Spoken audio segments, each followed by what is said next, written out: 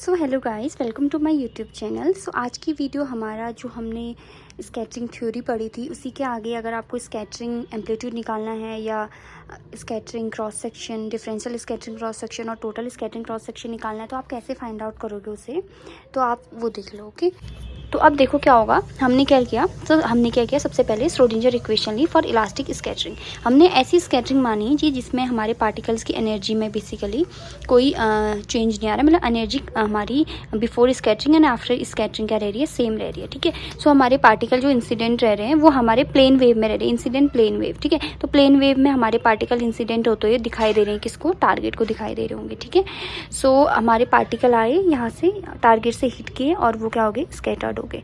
अब वो पार्टिकल जो स्कैटर्ड होंगे वो स्फेरिकल फॉर्म में स्कैटर्ड होंगे। ठीक है, प्लेन वेव में आ रहे हैं बट स्कैटर्ड किस में हो रहे हैं, हमारे स्फेरिकल वेव फ्रंट्स में हमारे स्कैटर्ड हो रहे हैं। ओके, तो सबसे पहले हमने क्या ली, देखो श्रोडिंगर इक्वेशन ली हमने। ठीक है, minus H cut square upon two mu del square plus V R psi R is equal to E psi R. ठीक है, सो यहाँ पे म्यू क्या है, रिड्यूस मास है। ठीक हो गया, जिसकी वैल्यू होती है M into capital M upon small M plus capital M. ठीक है, स्मॉल एम क्या है, mass of the incident particle and capital M is the mass of the target. ठीक हो गया, कैपिटल एम इसका मास है और जो स्मॉल एम है वो इंसिडेंट पार्टिकल्स का मास है। ओके, सो अब हम देखो कंसीडर द इंसिडेंट वेव। हमने ले लिया कि इंसिडेंट वेव हमारी कौन सी डायरेक्शन में आ रही है, जेड डायरेक्शन में आ रही है। ठीक है, तो इस जेड डायरेक्शन में हमारी इंसिडेंट वेव आ रही है, हम मान के चल रही है वाली।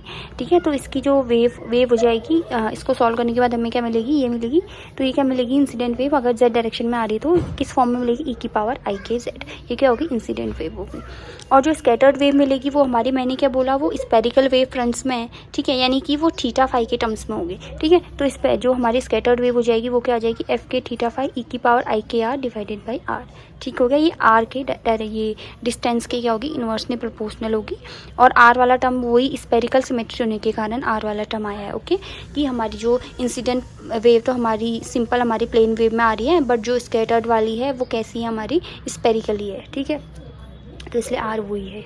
तो अब अगर हम टोटल साइन यहाँ निकालें तो क्या हो जाएगा, इंसिडेंट प्लस स्कैटर्ड 1, तो दोनों को ऐड कर देंगे। ठीक हो गया, सो यहाँ जहाँ पे ये एफ के थीटा फाई क्या है, एफ के थीटा फाई हमारा स्कैटरिंग एम्पलीट्यूड, इसको ही क्या बोलते हैं, हम स्कैटरिंग एम्पलीट्यूड बोलते हैं। ठीक है, सो अगर हमको इसी स्कैटरिंग एम्पलीट्यूड की हेल्प से अगर हम या फिर इन चीज़ों की हेल्प से हमने डिफरेंशियल और टोटल स्कैटरिंग क्रॉस सेक्शन निकालना है तो वो कैसे निकालते हैं वो देखते हैं। तो डी सिग्मा क्या होता है हमारा, यानी कि डिफरेंशियल स्कैटरिंग क्रॉस सेक्शन बोलते हैं इसको। So D sigma differential scattering cross section is equal to जो particle scattered per unit time in the direction theta phi. ठीक है, तो वो अपॉन इंसिडेंट फ्लक्स। ठीक है, तो इसी फॉर्मूले में हम पहले इंसिडेंट फ्लक्स निकालेंगे, फिर ये ऊपर वाला टर्म निकालेंगे। ठीक है, तो देखो इंसिडेंट फ्लक्स क्या हो जाएगा, ई की power I K Z is equal to, इसका फॉर्मूला होता है H cut upon M imaginary part of psi star del psi. क्योंकि हम किसकी बात कर रहे हैं, इंसिडेंट की बात कर रहे हैं, तो इंसिडेंट के लिए हम कौन सी साई की कौन सी वैल्यू लेंगे, इंसिडेंट वाली वैल्यू लेंगे, क्योंकि इंसिडेंट वेव ये है हमारी। ओके, तो यहाँ पे अगर आप इसको सॉल्व करते हो ना तो ये देखो क्या आ जाएगा, ये क्या बोल रहा है, imaginary part of psi star del psi. तो मैंने बोला क्योंकि हम इंसिडेंट फ्लक्स की बात कर रहे हैं, किसकी बात कर रहे हैं, इंसिडेंट फ्लक्स की बात कर रहे हैं, तो हमारी साई भी कौन सी आएगी, इंसिडेंट वन आएगी। ठीक है, यानी कि ई की पावर आई के जेड। और अगर आप इसका कॉन्जुगेट लेते हो, आई की आयोटा का क्या हो जाएगा, माइनस आयोटा के जेड। तो अगर आप निकालोगे तो साइन स्टार डेल्टा साइन निकालोगे, सो डेल्टा साइन यहाँ से निकाल लो, पहले डेल्टा साइन आ जाएगा आपका, जेड के रिस्पेक्ट में डिफ्रेंशिएट कर लो, ये आ जाएगा आई के ई की पावर आई के जेड, ई की पावर आई के जेड, ई की पावर आई के जेड, और आई के जेड का क्या हो जाएगा, आयोटा के। तो ये इसका डेल्टा साइन आ गया। और तो अब जब आप इसमें फॉर्मूले में रखोगे तो साइन स्टार डेल्टा साइन, तो ई की power I K Z, sign star की वैल्यू ये है, डेल्टा साइन की ये है, इंटू आई के ई की पावर आई के जेड। ठीक हो गया, so delta psi into del psi. ठीक है, डेल साई की वैल्यू है, डेल्टा साई की वैल्यू है, तो ये दोनों मल्टीप्लाई में है तो इनकी पावर्स ऐड हो जाएंगी। तो ये ई की पावर 0 आयोटा के, ई की पावर 0 1, तो ये आयोटा के, इसका हमने क्या लेना है, इमेजनरी पार्ट लेना है। ठीक है, तो इसका इमेजनरी पार्ट लेंगे तो क्या हो जाएगा, के है इसका इमेजनरी पार्ट, और जो ये जेड कैप इसकी डायरेक्शन होगी कि ये जेड डायरेक्शन में आ रही है। ठीक है, तो यहाँ से क्या वैल्यू आ गई इसकी वैल्यू आ गई के। तो imaginary psi star del psi की वैल्यू क्या आ गई, के। तो H cut upon M imaginary part of psi star del psi, यानी कि एच कट अपॉन एम तो ऐसी रहा, इसकी वैल्यू क्या निकाली थी हमने, के निकाली थी। ठीक है, तो जेड कैप तो डायरेक्शन को बता रहा है कि इंसिडेंट वेव हमारी जेड डायरेक्शन के अलॉन्ग आ रही है। अब देखो, अब हमने क्या निकालना है, ये निकाल दिया हमने इंसिडेंट फ्लक्स निकाल दिया ऑफ इंसिडेंट पार्टिकल। अब हमने ऊपर वाला टर्म निकालना है, particle scattered per unit time into solid angle about theta phi. ठीक है, तो हम पहले निकालेंगे कि particle scattered into solid angle theta phi की थीटा फाई डायरेक्शन के अलावा कितने पार्टिकल स्कैटर्ड हो रहे हैं वो निकालेंगे। फिर उसके बाद उसको हम पर यूनिट टाइम यानी कि पर यूनिट टाइम निकालने के लिए टाइम से डिवाइड कर देंगे। तो पहले हम निकालेंगे particle scattered into solid angle. क्या होता है देखो, मान लो ये कोई एरिया है, इस एरिया से हमारा ये डी ओमेगा है या डिस्टेंस है। ठीक है, तो इसके लिए फॉर्मूला होता है ये, तो मॉड साई आर का स्क्वायर डी क्यू बार। ठीक है, तो डी ओमेगा विल बी ये साई कौन सा लेंगे हम, क्योंकि हम किसकी बात कर रहे हैं, स्कैटर्ड पार्टिकल की बात कर रहे हैं, तो साई कौन सी लेंगे हम, scattered one. This is the scattered one Sai. तो इसकी वैल्यू हमने रख दी फॉर्मूले में, तो डी क्यू बार क्या हो जाएगा, वॉल्यूम विल बी, ठीक है, R square D R D omega. तो आर का स्क्वायर से आर स्क्वायर कैंसिल आउट हो गया, तो यहाँ पे डी एन बचा हमारे पास, मॉड एफ के थीटा फाई का whole square D omega D R. ठीक हो गया। सो अब हमने क्या निकालना है, particle scattered per unit time निकालना है।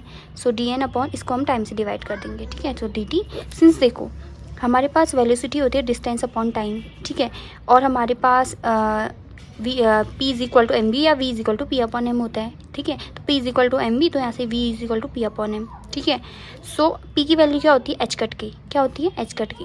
तो यहाँ से वी की वैल्यू क्या आ गई, H cut K upon M. ठीक है, और यहाँ से अगर आप टाइम निकालते हो तो ये क्या आ जाएगा, अगर आप डी टी निकालते हो ये आ जाएगा डी आर अपॉन वी। ठीक है, सो डी टी आ गई आपकी D R upon V. So D R upon V, और वी यहाँ पे ऊपर चले जाएगा, तो वी की वैल्यू क्या हो जाएगी, H cut K upon M. तो वी ऊपर गया तो H cut K upon M, और डी आर से तो डी आर कैंसिल आउट हो गया, तो क्या बचा, H cut K upon M mod F के थीटा फाई का स्क्वायर डी ओमेगा। तो ये आ जाएगा number of particle scattered per unit time into solid angle about theta and phi. तो ये आ गया। तो अगर हमको अब डिफरेंशियल स्कैटरिंग क्रॉस सेक्शन निकालना है तो ये डिवाइडेड बाई इंसिडेंट फ्लक्स, तो ये डिवाइडेड बाई इंसिडेंट फ्लक्स कितना है, H cut K upon M. तो ये डिवाइडेड बाई अगर हम इंसिडेंट फ्लक्स करेंगे तो हमारे पास क्या आ जाएगा, अगर हम इसको इंसिडेंट फ्लक्स यानी कि H cut K upon M से डिवाइड करेंगे तो H cut K upon M से H cut K upon M cancel out, क्या बचा, केवल ये टर्म बचेगा। तो डी सिग्मा कितना आ जाएगा हमारा, scattering cross section, differential scattering cross section आ जाएगा। तो ये बेसिकली अभी ये डिफरेंशियल स्कैटरिंग क्रॉस सेक्शन नहीं है, बेसिकली जो डिफरेंशियल स्कैटरिंग क्रॉस सेक्शन होता है, मैंने बताया था आपको पहले भी, वो होता है D sigma upon D omega. ठीक है, तो D sigma upon D omega निकालेंगे, this is the differential scattering cross section. So ये कितना आ जाएगा, मॉड एफ के थीटा फाई का होल स्क्वायर। सो टोटल निकालने के लिए हम इसका इंटीग्रेशन कर देंगे, तो इंटीग्रेशन एफ के थीटा फाई का whole square into entire solid angle, solid angle के रिस्पेक्ट में हम करेंगे। ठीक है, इंटायर सॉलिड एंगल के, तो ये हमारा टोटल स्कैटरिंग क्रॉस सेक्शन आ गया। तो this is all about the scattering amplitude and differential and total scattering cross section. So you can click it, you can take a screenshot right now. Okay,